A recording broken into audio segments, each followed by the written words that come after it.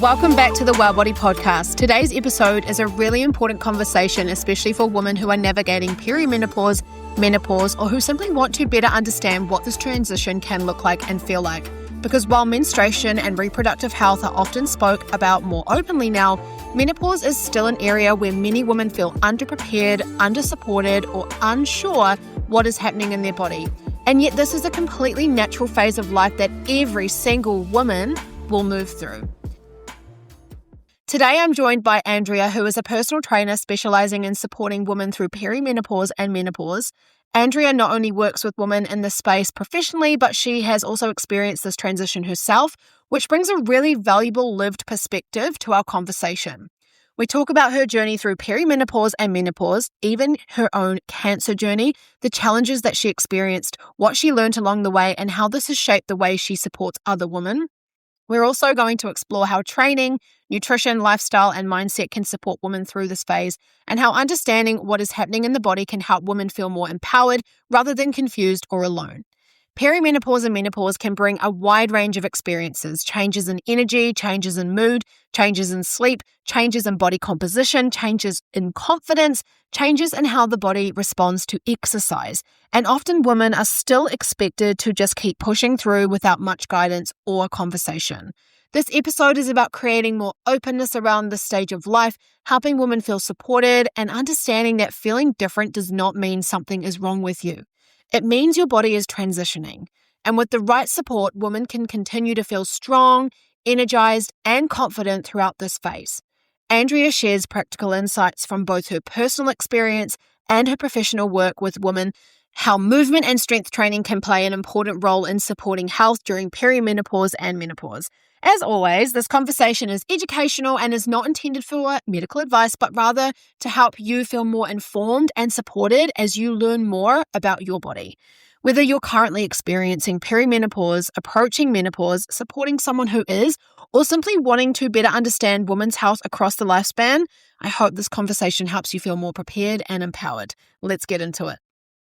Welcome to the show, Andrea. Thank you so much for joining me. It's so exciting to have you on the podcast. Andrea and I have worked together and known each other for a long time now. We worked together at the studio when I used to own my fitness studio, and we've just known each other since, 13 odd years when we both started personal training. Yeah, well, we've both been doing it for 13 years. Yeah.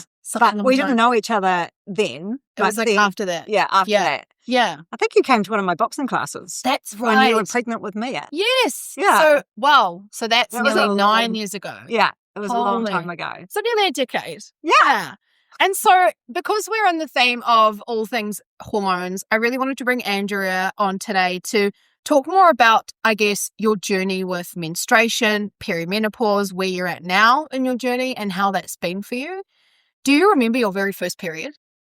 Oh, yes, I do. Yes, I do. I was at my sister's house because she's 12 years older than me. So, yeah, I was at my sister's house and I don't ever recall having any period chats. Yeah. Wow. I don't. Nothing with your mum? It was just different. Yeah. It was just different then. I don't, maybe she did, but I don't remember it.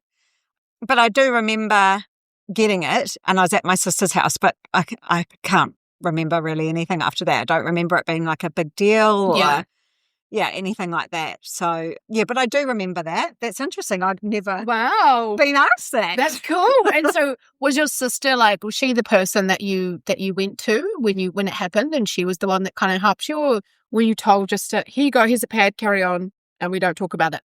I actually don't remember. I actually don't remember telling her or anything. I don't know what I did. Maybe I just knew. Maybe I'd had things. I actually can't remember. I just remember being at her house when I got it. Yeah, maybe I did tell her, but I honestly can't remember. She did buy me my first bra. Oh my God, I love that. Yes. I remember getting my first bra too. Yeah. You know those training bras? Oh yes, the training bras. Training bras. Yeah. I love how that's the name for them, a training bra. We're training you to wear these. So excited. So excited to get my first bra. That is wild. And have you always had pretty regular periods? Your periods were always quite good, but you never had any issues? Never had any issues with my menstrual cycle. Always really spot on. Always used to be like every month. So say let's say I got it on the 30th Yeah. of the month. I would get it on the 30th of the following month. Wow. And then it changed to every 28 days. Was that for a long time? And then it wasn't until probably late 40s that it started getting shorter. Right. So it would move to 3 weeks. Yeah, okay. And that was probably the beginning of the perimenopause, I would say, when my period started becoming shorter. It was every 3 weeks or something like that. But other than that, they've always been absolutely fine. Not heavy, not painful, no problems at all, ever. Amazing. Yeah. That's really awesome. Which is great. And would you say that you've lived a pretty healthy lifestyle most of your life, and that's a contributing factor, or do you feel like you've just been quite lucky in the sense?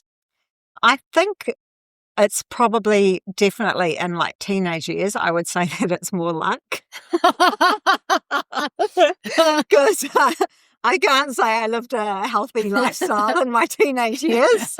Partying. Yeah, doing lots of bad things, eating lots of bad food. Yeah. I don't realize that. But I did used to do aerobics. Okay. I used to go to the gym and do aerobics. Oh my God. Did you wear the outfits? No. Okay. I never wore the G-string. What did you wear in the gym back in those days? I think I wore Not that you're that old. I don't know why I'm saying those days. It feels like it. Yeah, I used to wear little crop tops and little shorty shorts, but I didn't wear the leotard with the leggings and the G-string leotard. I didn't do that.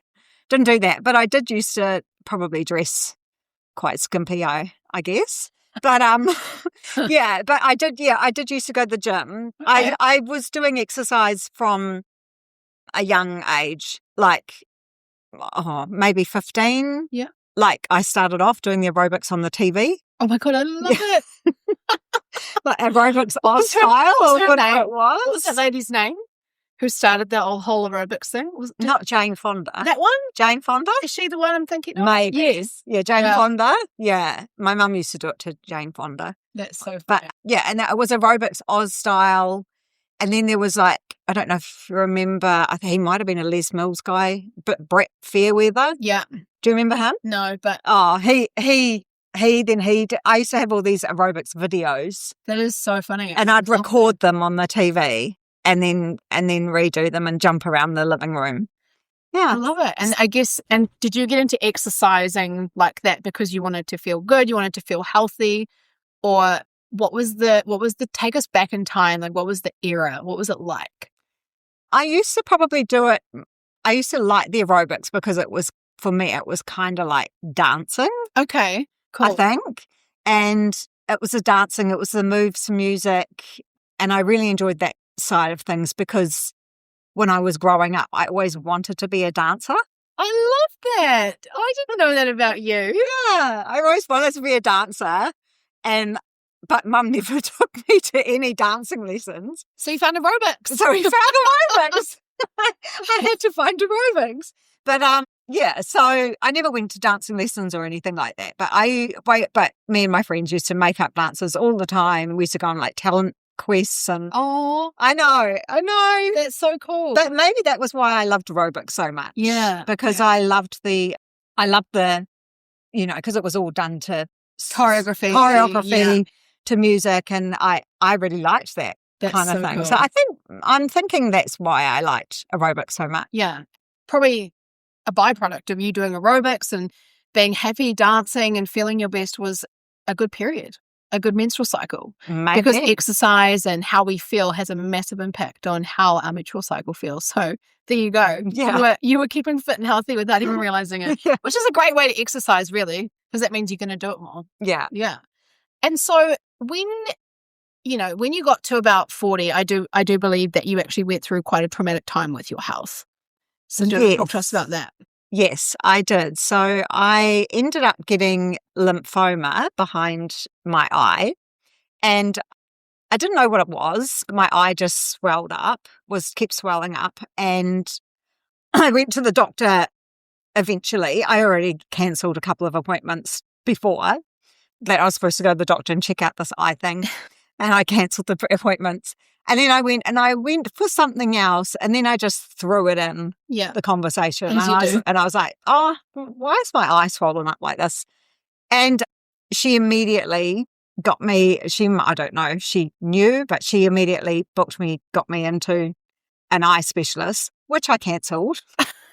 What was the reason for the cancelling? I don't know. Were you scared that you were going to hear something you didn't want to? I had no idea. Like that would have been the furthest thing from my mind. I had no idea what was coming. And anyway, kind of long story short, went to him.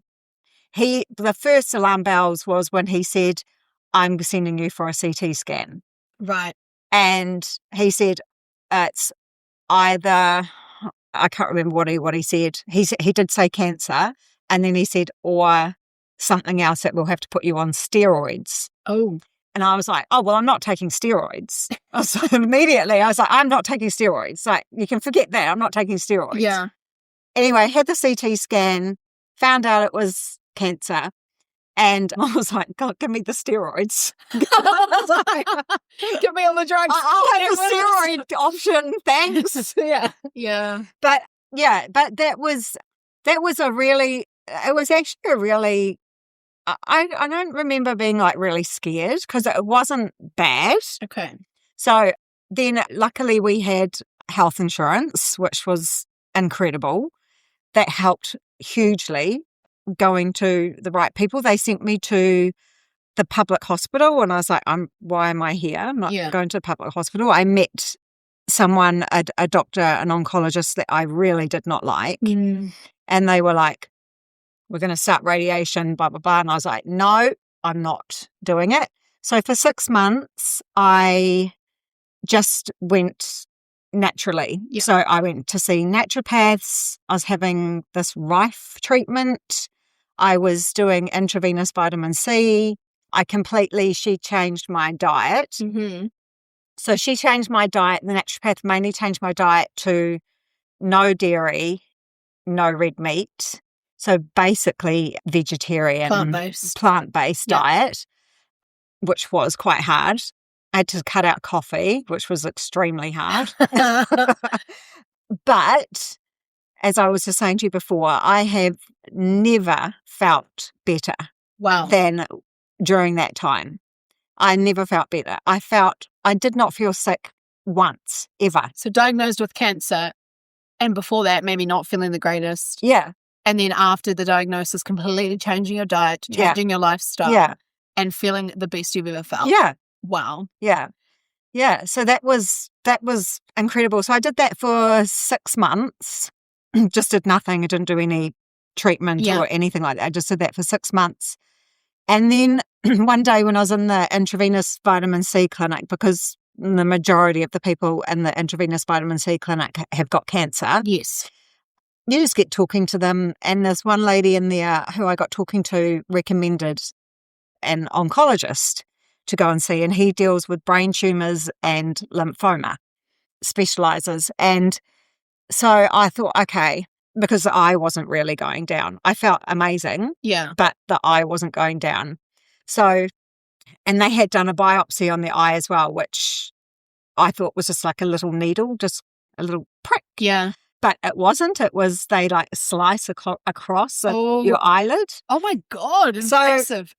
So I looked like Rocky. I'd been beaten up. And I went into boxing classes like that. Did you? Yeah. I love it. I went and continued taking boxing classes with my eye like black and blue. And they were like, wow, fitting. But anyway, I went to see this oncologist and privately, and he was incredible because I was all for, I was not going to stop the vitamin C. Yeah. I was seeing the naturopath, and there is no way I would see an oncologist who didn't believe in that kind of healing as well. Because it works in unison, right? Like, you see a doctor to help you with the extra tools, but what you did to your body was almost give yourself this really good set point before having further treatment if it was needed. Yeah. So he was really good, and he was so open to everything. He was totally on board with everything. I felt I felt comfortable and at ease with him, like I didn't with the other lady that I saw. I didn't like her vibe or energy at all.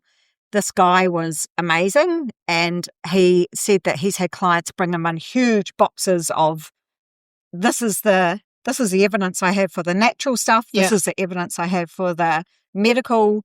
And I said to him, "Did you look at it all?" And he said, "Absolutely. I look at everything." So we did MRIs, CTs, and he said it hasn't got any bigger. It hasn't got any worse. Nothing. He said, but it also hasn't shrunk. Yes. So he said, this is what we can do. I can do targeted radiation to the eye. He said, because he said it will be less time. So normally most people have radiation for maybe 6 weeks or something. He said yours will be 3 weeks and it will be half the dose. Amazing. So, and he was incredible because he targets directly onto the tumour. Yeah. With very, very minimal, hardly any scatter. He won't work in the public system because they won't do it how he wants to do it, and there's lots of scatter. Yeah. So, that's amazing. Yeah. It's amazing you found someone who was just willing to be open about what made you feel comfortable. Yeah. Yeah. And that was, I think that is kind of like the moral of the story is just wait. Like, don't go. If you're not comfortable with somebody or find the professional, find somebody else. Yeah. There will be somebody else. Yeah. No matter what it is that you're dealing with. Like if you're not comfortable with the person, you don't feel like they're listening to you or helping you, then don't go with them. Go with somebody else. Yeah. Yeah. So we did that. We did the radiation. I bit the bullet and did it. And then it's been that was 13 years ago. Wow. Yeah. And so I guess in turn, having both, you really changed your diet. You got rid of things that maybe would have caused inflammation at the time. And then you had the radiation, but where it needed to go. And in turn, you've been cancer-free 13 years. Yeah. Wow. Yeah. That's so cool. Yeah. I think it's really important that we touch back on the diet side of things. So you went mostly plant-based for that time. So probably the naturopath would have been focusing on your gut microbiome and working on your gut health, even though we have so much more research on the gut now than we did, say, 13 years ago. That's probably what she was doing. Right. Did you find it hard because you weren't allowed to eat meat, you weren't allowed to eat things? What did you find hard about that? The first thing I was like, no, don't take away my coffee. Yeah. Coffee. It's like, coffee. Yeah. No, do I really have to give that up? Yeah. Yeah, no, I did find it a little bit challenging not eating meat because I was just so used to it. Yeah. But yeah, I do find plant-based vegetarian meals harder to cook and it's so much easier to cook with meat. Yeah, just cook a piece of so protein. much easier. Yeah. Yeah, it's so much easier just to have meat and salad or meat. You know, it's just so much. Yeah. So that I did find hard, but I did it. Yeah, and you felt the best. And I did it, and I felt the best. Amazing. Yeah, I felt the best. So, I mean, I didn't cut meat out completely. Yeah. Like I still had like a bit of chicken and fish and stuff, but I didn't. I did kind of mostly cut out the red meat. Yeah. I can't remember if I had a little bit. Yeah, I remember going on a trip with a friend to Melbourne and having lamb for the first time there. Nice. And I didn't eat it and then feel really bad or anything afterwards. So it was fine. I guess for you, it was more of an elimination process for your life, your health, you know? Yeah. And I think it's so positive that you did that. Yeah. Interestingly enough, there is some research now that too much red meat actually feeds a bacteria in your gut that isn't so good.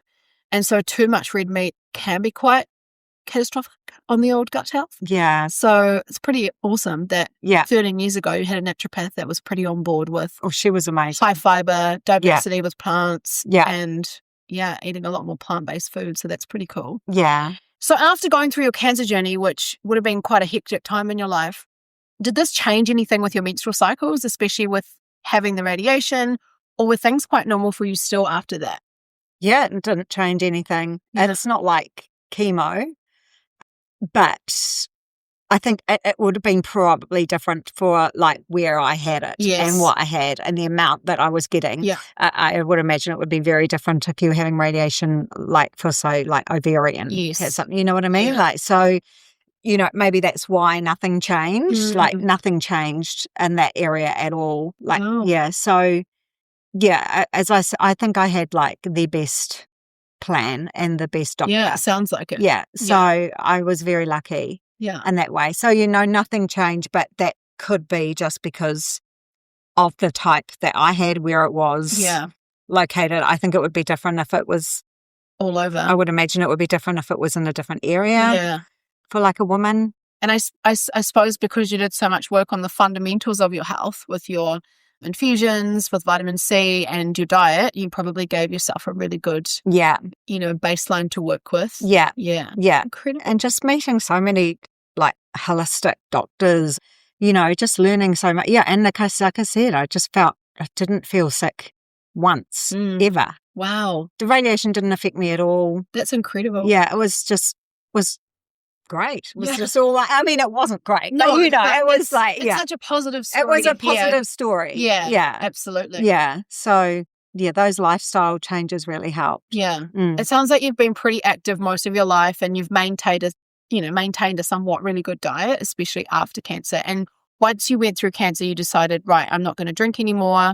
I'm going to keep my diet healthy. So I remember you saying you gave up drinking at one point. Oh, yes, I did. Well, that would have been around that time. Yeah, that would have been around that time because it was my 40th. My 40th, which is after my 40th, I decided I'm not drinking anymore. Yeah. Yeah. And that was the best thing you did for your health. Yeah. But just my body just rejected alcohol. Yeah. Yeah. My body just didn't like it at all. My friend said to me, I think that you're allergic to alcohol. Was that because you got too drunk at 40th? Yeah. No, it wasn't just my 40th. It was like any time I drank and my body just did not like it. Yeah. It just didn't take hardly anything to be very, very sick. Sensitive. Yeah. So after that was when I decided to stop drinking. Yeah. Yeah. It wasn't like I drank all the time. It's just, I wasn't like a big drinker, but when I did, it really affected if it was like at a party or something like that, then it would really affect me. So okay. Well, there you go. So you got a pretty healthy baseline. How old were you when you started noticing the perimenopausal symptoms? Well, as we touched on earlier, I can't remember the exact age, but then when we were talking about how my cycles was 28 and then it went to like 21. Yeah. That was probably the first sign of things changing. But other than that, I still felt great. Cool. I remember, hopefully my sister doesn't listen to this. I just want to I remember when I had my 50th, I remember my sister saying to me, it all goes downhill from here. Oh. Yeah. Yeah. She was like, it all goes downhill from here. It's shit from here. And I was like, because I still felt great when I was 50. I still felt great. I was like, wow. Wow, that's such a negative attitude. Yeah, like, thanks. I was. I was like, that's such a negative attitude. What a horrible thing to say. Happy birthday. Just so you know, you're fucked now. Yeah, exactly. But, touching on that for a second, I guess it's a mindset of the world we live in today, right? People hit a certain age and they think, oh, well, it's all downhill from here. And people kind of give up. They give up on caring for themselves. They give up on their health. They give up on what's important. But you definitely haven't done so. Yeah, no. Yeah. So, but I'll never forget that, her saying that. I was like, whoa. And I was like, wow, you're so negative. Yeah. But she was kind of right. Yeah. Is this when you noticed the real? Yeah. I mean, she's not right as in it's all shit. Yeah. But she was right in the fact that it did change. Yes. It did change after that. That was when I really started noticing things. So I was like, weight gain, really much harder to get it off, very easy to put it on. Oh, what else? At this summer that we've just had, is the first time I have ever had hot flushes. Really? Yeah. And how old are you now? I'm 53. So that's pretty good, being 53 and only just starting to experience that, I Yeah. guess. Yeah. I thought I was going to get away with it. But it's this summer, the humidity, I now hate. Yeah.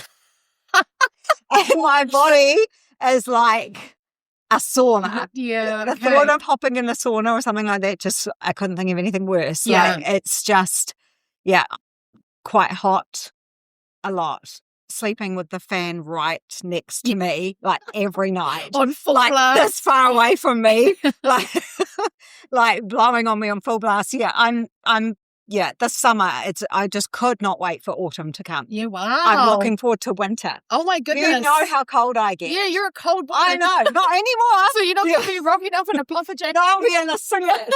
Like, God, is it hot in here? Can you talk us through the feeling of a hot flush? Because I have a lot of people that listen to this podcast that are approaching either perimenopause or they're in their 30s, and they always kind of go, I'd love to know what it's actually like, because it's for so long, menopause, perimenopause, it's been a real taboo subject and people don't really talk about it. Yeah. Can you talk us through like what a hot flush feels like? It just feels like, because I had never had one until this summer.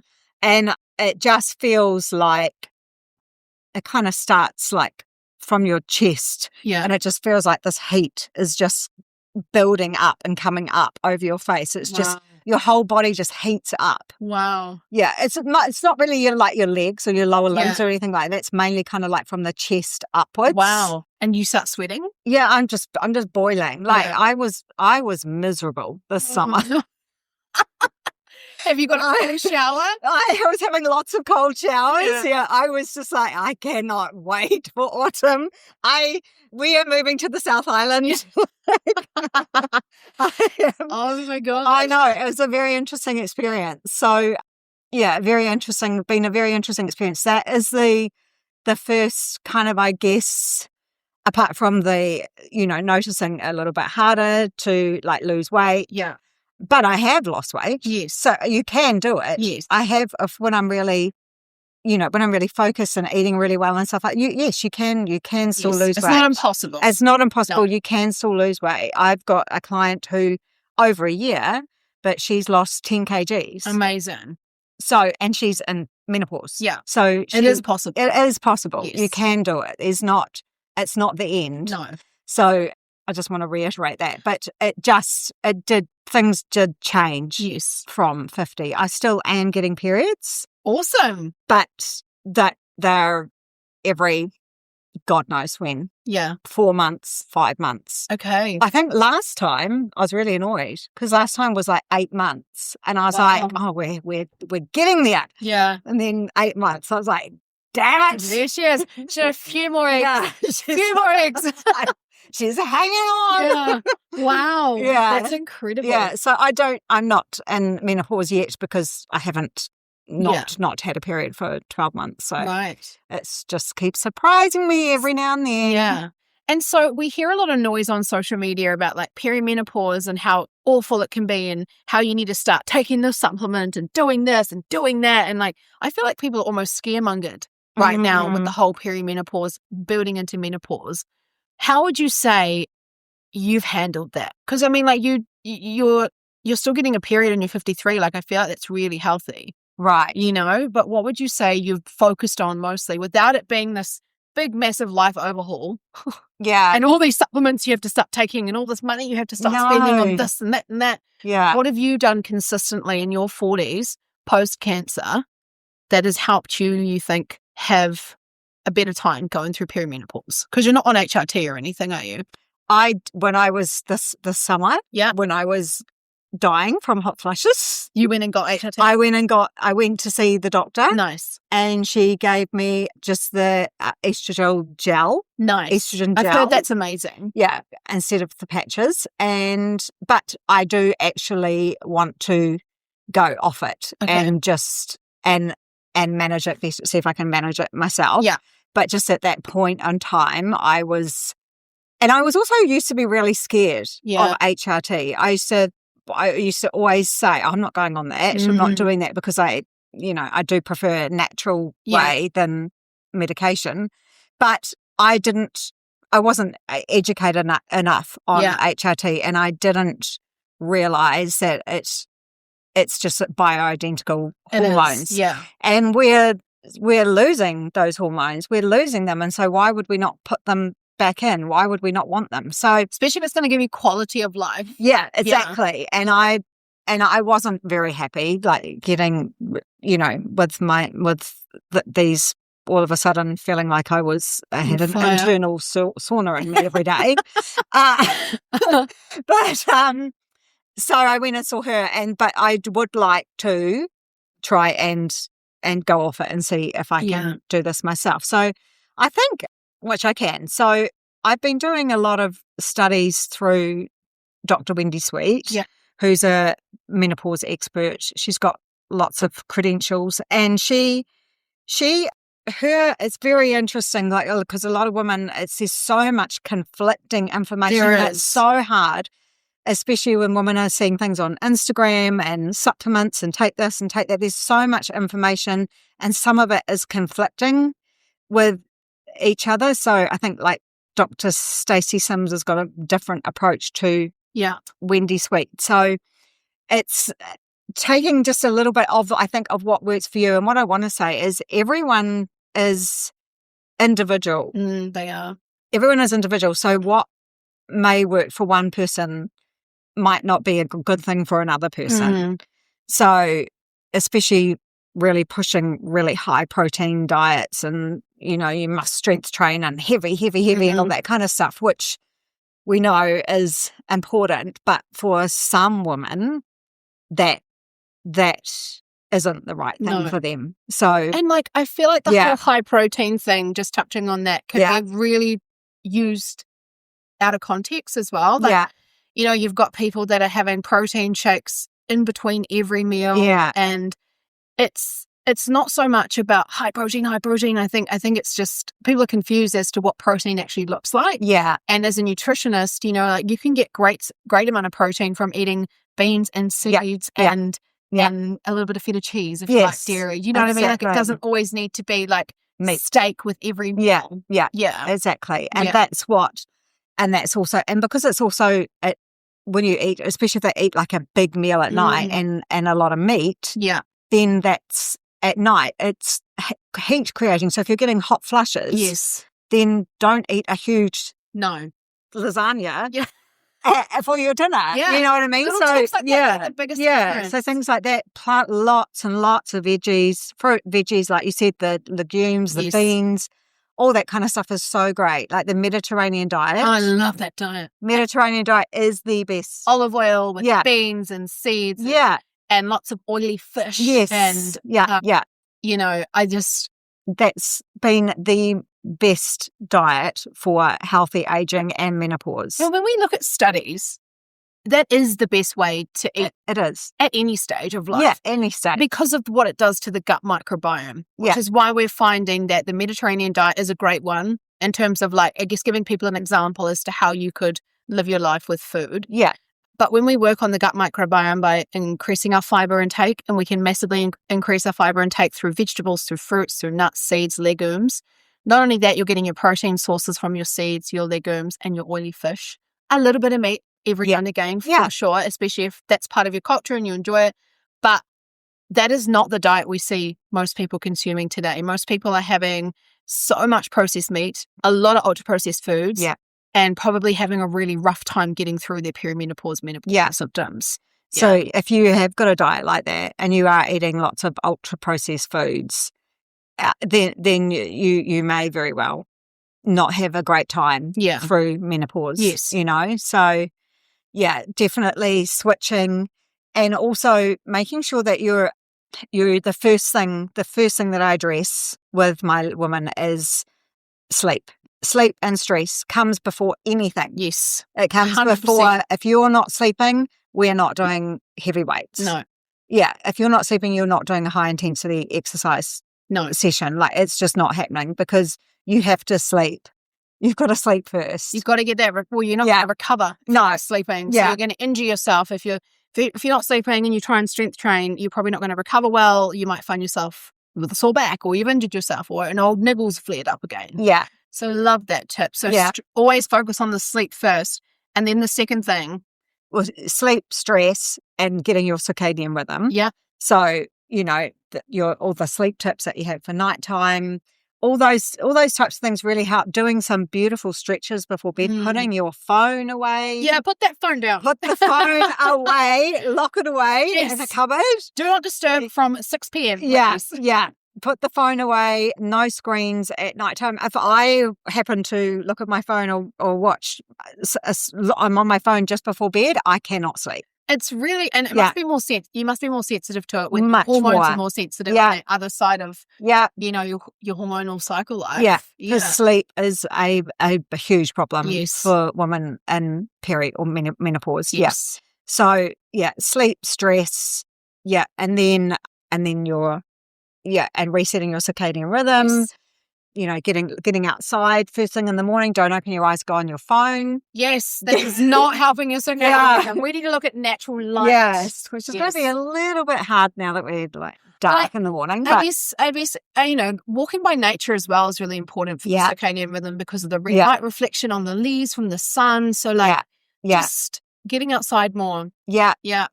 All of that. Less technology. Yes. The only way you could maybe have your phone if you needed to listen to like a guided meditation or something like that. But at night if you needed to, but doing some beautiful stretches before bed. Read a book is great. Yeah. Read a book. Then you don't have to touch your screen. Yeah.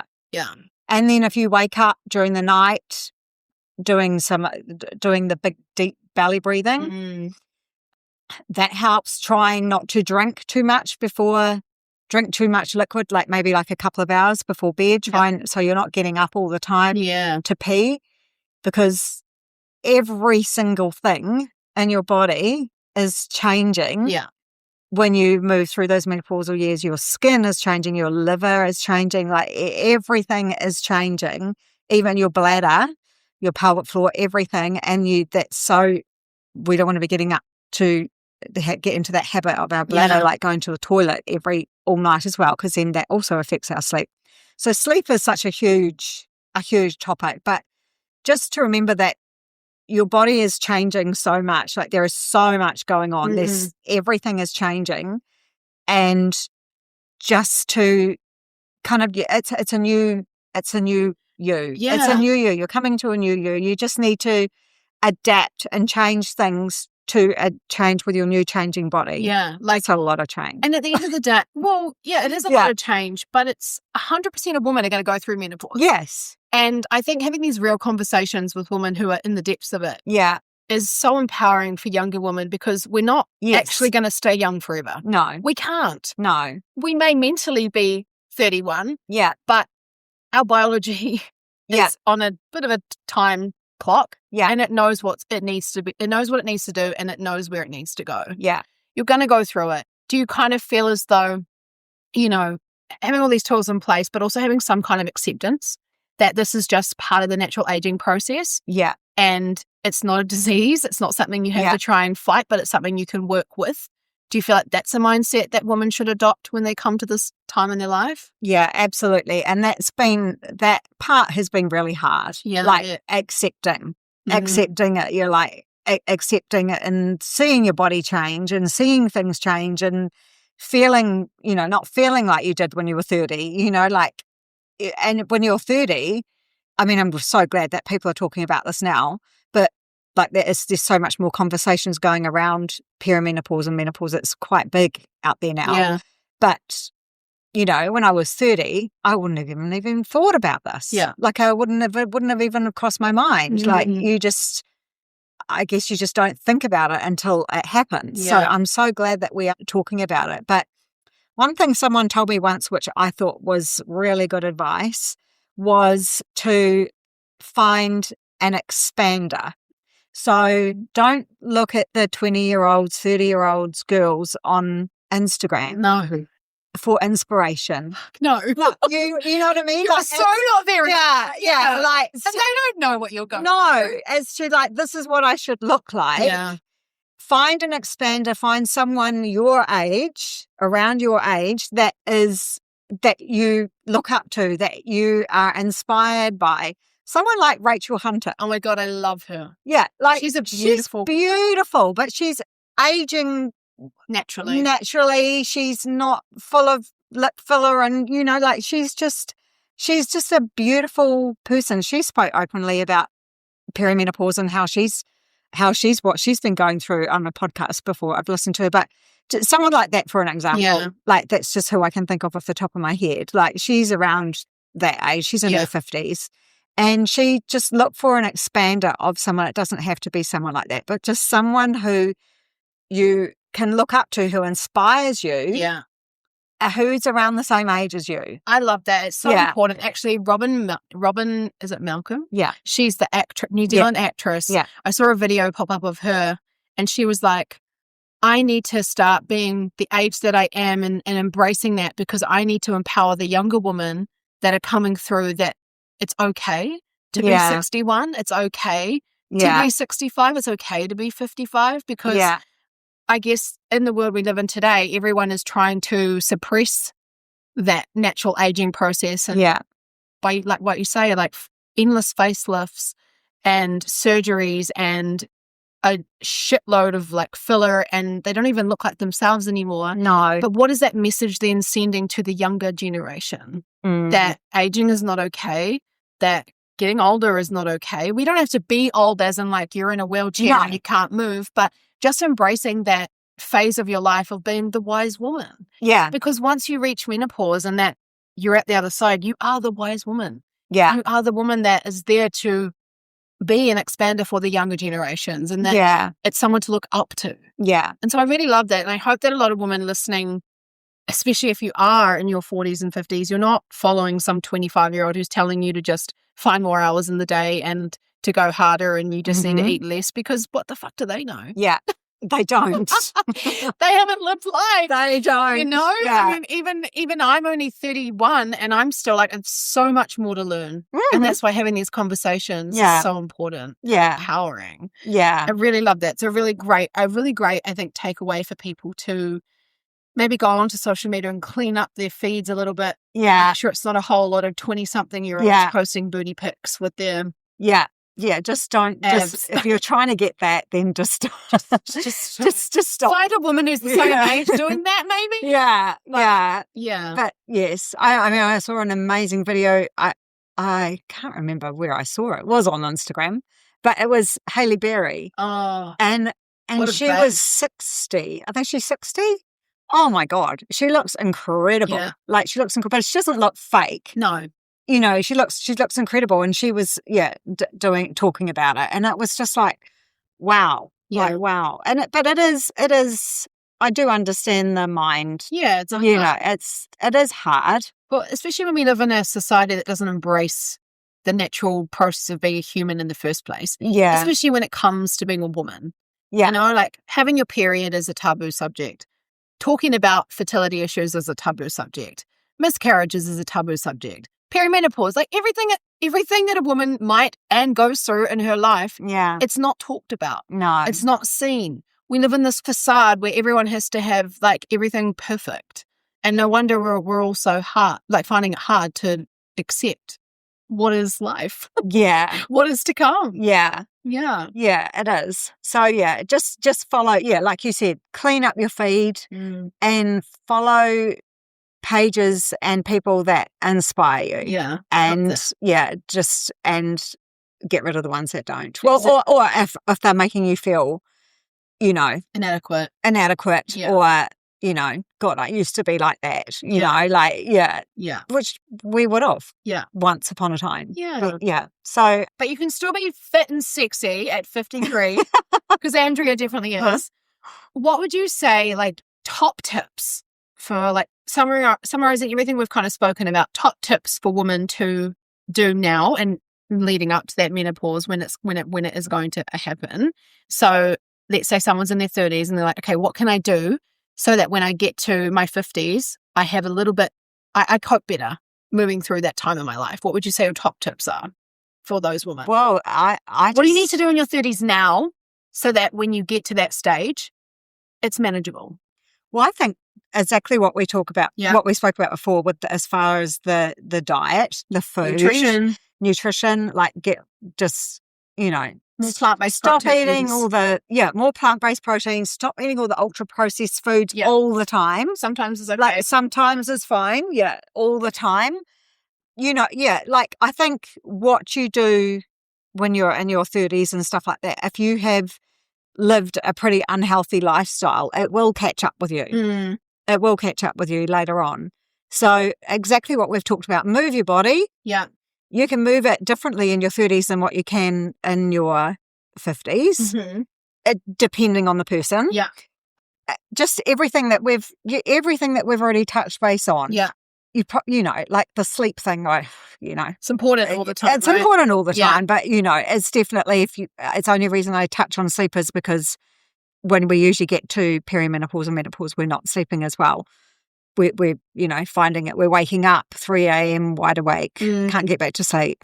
Sleep does become more difficult. But I would just say in your 30s, look after yourself as much as you can with nutrition, move your body, lift weights, build muscle. Do another really important thing is aerobic exercise. Yes. Work the heart. Yeah, because when you do get into your and through menopause, then you're at the high risk of cardiovascular disease. So you need to do aerobic, slow, like steady aerobic, so it's manageable. Yeah, I do notice a lot of people have higher cholesterol when they go through them. Like not all women, but there are some cases where all of a sudden they've had healthy cholesterol their whole life, and then they get to perimenopause and their LDL is all of a sudden high, and then the doctor's like, we need to manage this, we need to keep an eye on this. Yeah. So absolutely, aerobic exercise. And again, diet makes a massive impact on cholesterol and heart. Yeah. So just look after yourself now. Do you do all those things now and look after yourself now, you're going to ease into it way better than if you're going into perimenopause after eating a really crappy diet and not moving your body at all. And then it's just going to be way harder, and your body's going to be full of so much more inflammation. Yes. And it's just, it won't be a fun time. No. Yeah. Let's say someone's in the depths of perimenopause, and let's say they have maybe not so much been focusing on their nutrition and their well-being and their movement. It's never too late to start something in that time in their life. What would you say to that? What do you mean? Like it's never too late to start. Because let's say someone's never exercised, they haven't really focused on their diet, they get into perimenopause and they're like, oh, shit, I've got to start doing something because I just feel awful. Yeah. What would you say to those women? Well, I would say, once again, go back to the basics. Yep. Go back to the basics. Yeah, go back to the basics. We would look at this. I would probably get them to go get some blood tests done, check your vitamin D, your iron, your vitamin B12, and go back to the basics. Sleep, start. If they've never done any exercise, then start walking. Slowly implement things bit by bit. Don't go all hell for leather and go in and be like, right, I'm just going to eat salads and I'm going to do training 6 times a week and I'm going to do, because it won't last. No. It's just like my client who's implemented all these changes slowly. And in a year, she's seen great results. You should see the before and after photos. Yeah. Like, it's amazing. Like, she's just feeling so much better. And all of her symptoms have gone as well. So I would say if you're hitting that age and you haven't done anything, you've never exercised before, and you're like, oh my God, what am I going to do? Now I need to, just start slowly. Yeah. It's never too late. It's never too late. Start slowly and get yourself some help. Yeah. Like, get yourself some help. Start slowly with just the basics. It's not complicated. No. I know, right? And I think that's like, we see so much noise on the internet, on social media about this being the next best thing and this being the next best thing. But at the end of the day, they may not be sexy, but the basics it's pretty basic. Always work. Yeah. If we come back to eating a diet that is rich in whole foods, we come back to just moving our bodies every single day, not formally or vigorously, but just movement, building muscle so that we're strong, and resistance training is going to look different for everybody, and then making sure we're getting enough sleep. Yeah. Plus, on top of that, just living joyfully, finding the happiness in life. We take life too seriously.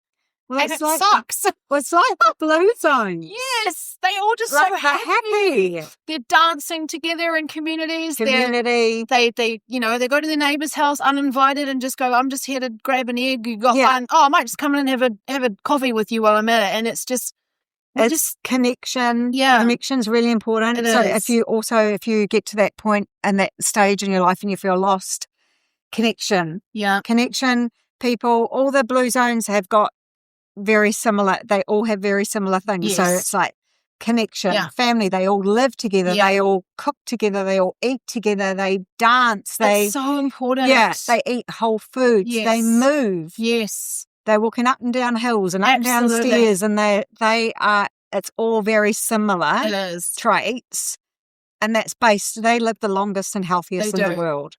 So I love that. You know what? it's so basic. It is basic. It's so basic. But unfortunately, It's complicated. but also like the basics don't sell when it comes to No. like marketing, right? Which is why so many companies have come up with clever ways to sell you fat loss pills and potions and sell you programs that are literally probably just the basics in disguise, but in their own language. It all comes back down to those basics. Yeah. And I think the happiest I've ever been is when I stopped taking life too seriously. Right. Yeah. When I told myself to stop worrying about having everything yesterday and I just started living for the now and just enjoying every moment. Yeah. Oh, I just feel like a big weight's been lifted off my shoulder. Yeah. Really like living up to the subtle art of not giving a fuck. And that in turn, paired with good health from food, exercise, sleep, community is going to probably help you massively with your hormones. Like when it comes to hormone health, it's not some crazy magic program you need to go on. It is just getting those basics in a good place, getting them right. No. And sometimes those crazy programs that will make you lose weight quickly, or a magic pill or a magic injection or, something like that will make you lose weight. Yes. Yeah. You see, you will see rapid results, but most people put it back on again because it's too hard, it's too restrictive, and it's just not sustainable. No. You want to live a life that's happy, joyful, healthy, sustainable, something you can do forever. Yeah. You want to move in a way you can do forever. You want to eat in a way you can do forever. We want to live this life for the rest of our life, and then we will be much healthier and happier, and then we won't need to take any magic pills or potions or be on another diet, start Monday, and the yo-yo cycle of it. Absolutely. Up and down, the best thing you can do on a Monday is just go, right, where are my basics at? How can I reset one of them that wasn't maybe working for me last week? Yeah. Okay, maybe my nutrition needs a little bit of a reset. How can I reset that this week so that I know I'm getting enough fiber, enough protein, enough diversity? Yeah. Not restarting a new program and finding the next thing. Yeah. Because you just end up in that constant cycle. Yeah. And buying program after program after program, challenge after challenge after challenge. And never challenge. actually looking at the PDF in your inbox. Yeah. Because a lot of people do that. Yeah. I'm going to do this program, but it's sitting in my inbox still and I haven't opened it. Oh. Yeah. I've seen that happen a lot too. But I think this conversation has been so insightful. It's been very informative. We've gone from talking about, your own health, your own journey, to giving some really incredible tips to our listeners about their health and how it's going to help them later on in life, now and perimenopause and menopause. Yeah. I just want to finish on a high note, and I would love for you to say something to our listeners, something inspirational to help them just with their journey, no matter where they're at. What's something you have to say to them? Just find your people, find your purpose, and know that it can be done. So say if you feel like there has been an alien that has moved into your body, there are so many people that can help you now, and there's so much more information out there than there was in our mother's grandmother's day that can help you, and you can do it. Yes. Like, you can do it. If you want to feel better, then it absolutely can be done. Hundreds of women have done it. You can do it too. Don't give up. Don't give up and think that this is like my sister said, all shit.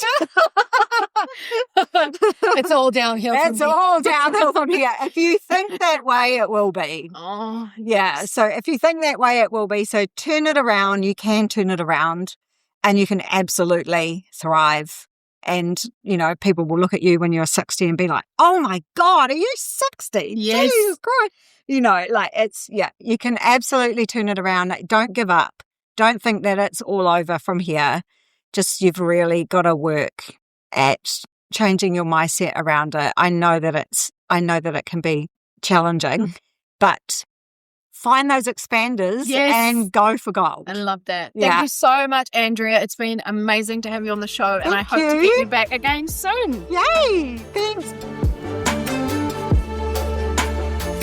Thanks for listening to the Well Body podcast. If you enjoyed this episode, please leave me a review or share it with someone who needs to hear it. You can find more support, resources, and information on my website at www.beyondthebody.co. Until next time, I look forward to having you in the next episode.